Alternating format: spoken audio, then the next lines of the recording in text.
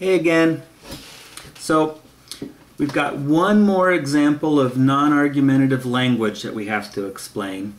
And at least for a moment, Poppy Seed's here to help me do that. Once again, this concept that I'm going to explain is an example of non-argumentative language. That is, it's not an argument. Poppy, come here. Thanks, dude. Okay. So this last one,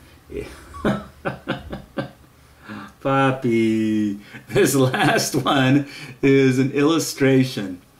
Once again, if language is an illustration, it is not an argument. Right, Poppy? Yeah, whatever. Yeah. So if it's an illustration, it's not an argument. But what is an illustration? It's common for people to think that an illustration is, I'll say, merely an example. But it's important to acknowledge that it's more subtle than that. Not all examples are illustrations. Rather, if you remember right, the way the book says it is an illustration is an example that's used for the purpose of clarification. Another way of saying it is an illustration is when you're providing an example for the purpose of clarifying, I'll say, some term or some concept.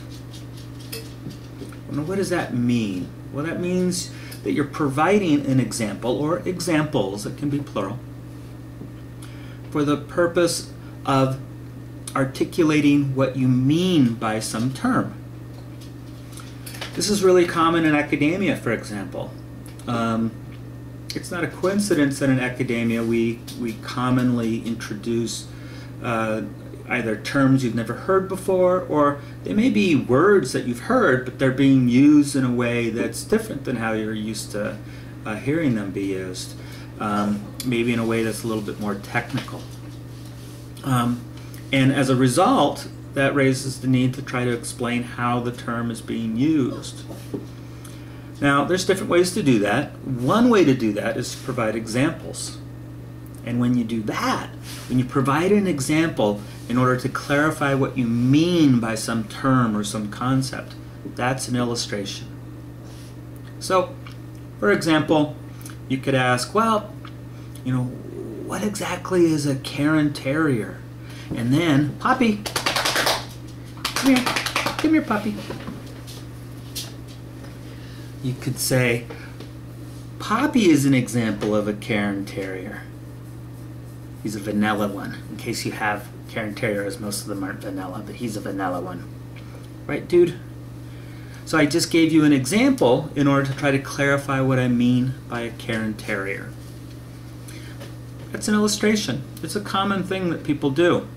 You know, what do you mean by boring teacher, or a teacher that goes on tangents, or whatever you might say about a teacher? And then you could list an example of one or more teachers that you think kind of fits that bill, that fits that description.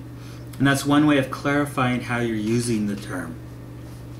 Or someone who, you know, I don't know, you may have a friend who you think is, I don't know, lazy. And when you try to talk with them about it, and you kind of say, you know, dude, you know, your girlfriend's got a point. You're a little on the lazy side. And they get a little defensive, and they're like, well, you know, what do you mean by that? And then you may do something like you might list some examples of behaviors that you think illustrate what you mean by lazy.